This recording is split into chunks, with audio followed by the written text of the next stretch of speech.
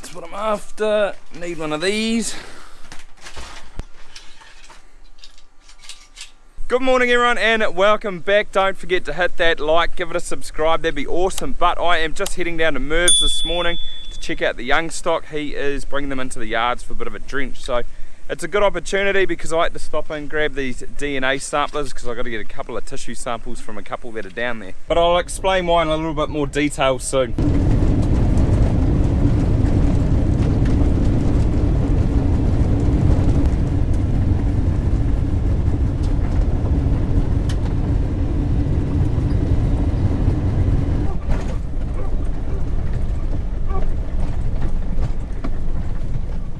Just weighed them and it's quite interesting. There's 43 animals weighed, minimum weight of 96 and max weight of 145. And that one there, number one, she was the heaviest, and that calf, she was born like 3 weeks early, so she's doing pretty well. She was tiny when she was born, so that's good to see. But also, you know, 50 kilos on some of these is a lot of weight. And I mainly think it's due to the condition of the cows at calving. So this year, that's one of my goals. I want to try and keep condition off after we dry off through the winter, and I reckon that's going to work out better for these calves, because during calving, when we're picking them up, like there is a lot of different size wise in the calves that are being born, and I reckon I can get even better calves by just keeping that condition on the cows through the winter going into calving. Hope that makes sense, but it does to me. Pine trees have been planted in there again. Far out, it's bare, eh? The spray definitely worked. No, we sprayed and burnt it. Oh, and burnt. We burnt and then sprayed. Burnt before the trees got planted, obviously. You can see them. I can see them now. You can see them in places, yeah. It's just going to go and shut away those calves. I'm going to go and have a look at the heifers, which are just over here. I didn't actually get my DNA samples today, so I'm going to do it next time. So what I'd actually done is when I sent the samples away, it came back that I had 2 samples from 22. So 22 is the year and calf tag number 22. So there were 2 calves that I hadn't done, and when all the results came back, I hadn't had, or there were 2 calves that weren't G3 or DNA. So one of them was number 21 and one of them was 22. So I need to come back next time, but then I'd also figured out I'd put a tag in a calf's wrong ear, so I need to sort of do that. So I thought I'd just do it all at once and tidy that up. Hey girls, you're looking good. Merv was just saying he reckons this one's empty, number 4, but that might be the only one that he's picked up on. Jeez, they're looking good though, eh? Far out. Rolly over the back. That's what you want. Hey girls, friendly. They're always so friendly down here. They're looking awesome, real happy with them. A little bit smaller frame, don't you?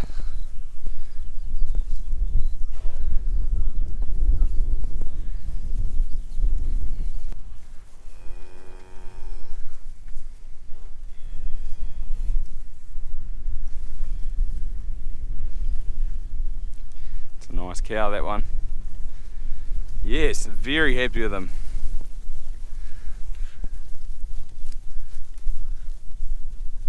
I'm looking real excited to seeing how these girls go this year. I think it's quite a nice line of stock, so it's going to be interesting to see, and I'm just so happy.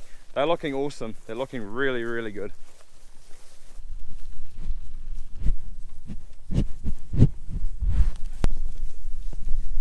Look at that, number 21, she's beautiful. That's a nice heifer.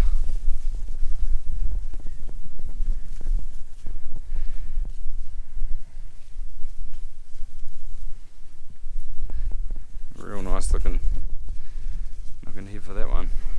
They're in their last day in there, and then they just come into this paddock next. So that's what they're going into. Nice. Bit of clover in there. It's looking good. Farm's looking a picture. Here's one of the silage paddocks that was cut just before the new year, and look, it looks absolutely awesome. It's come back pretty good. And there's all the bales. They look real good too, nice and tightly packed. A couple more silage paddocks out the front of his place, but look at those bales. They look pretty good, eh? Nice and tight.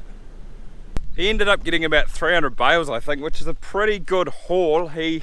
Well, I was speaking to him early December and he had it ready to go then, but just with the wet weather, the contractors couldn't get in, so They couldn't get in for another month, so that's why it was a pretty heavy crop, but he's sitting pretty for winter. I don't think he's going to have to feed out any bales anytime soon.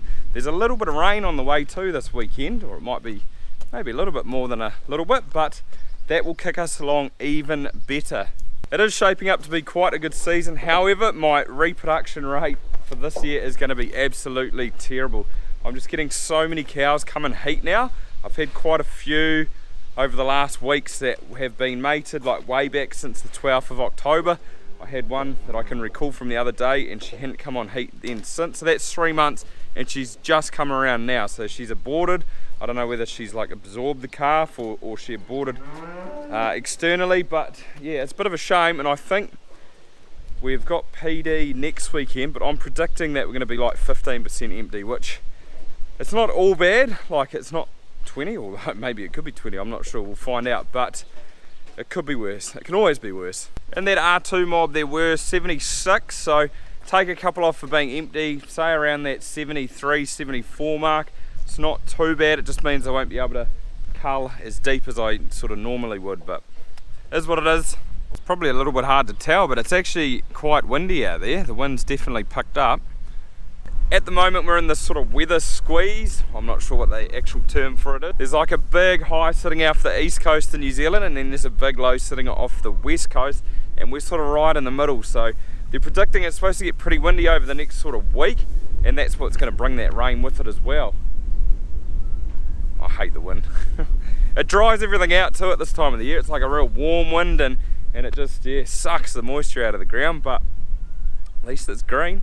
Definitely feels a little bit weird topping at this time of the year, so this is where the cows are coming now. But I just wanted to clean this paddock up, as there's a little bit of willow weed around like this.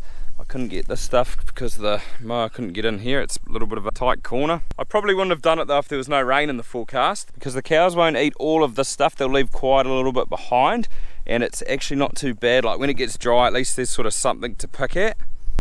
Here they are, number 72 at the front like usual. She likes going first.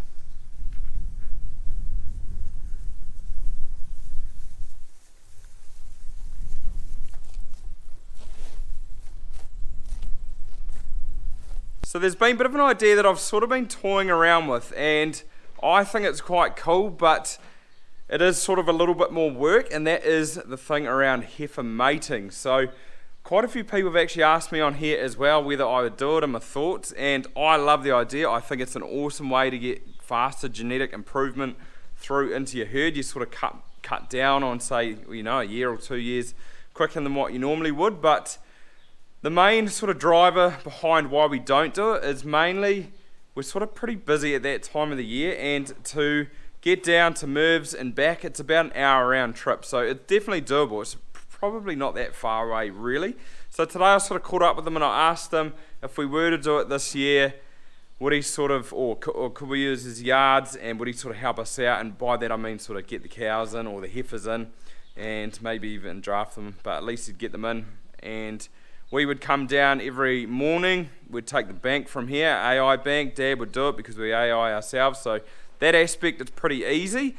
And he said, yep, sweet as, he's all go. So now the hard part is just getting the idea past Dad. So I think he would probably be pretty opposed to it. I haven't asked him yet, but mainly because like it is an hour out of our day. We're busy enough, like I said, but also he's got to do all the work. So I'd be there helping, loading straws, picking what straws go on what heifers and such, but he's got to do it himself. So if we could get Merv to like draft out the heifers that are on, we'd sort of just use scratchies, and we'd only do it for the first maybe week to 10 days. I'm not sure, I haven't got a plan, like a specific plan in place yet. It's just sort of what I'm thinking about, toying with the idea.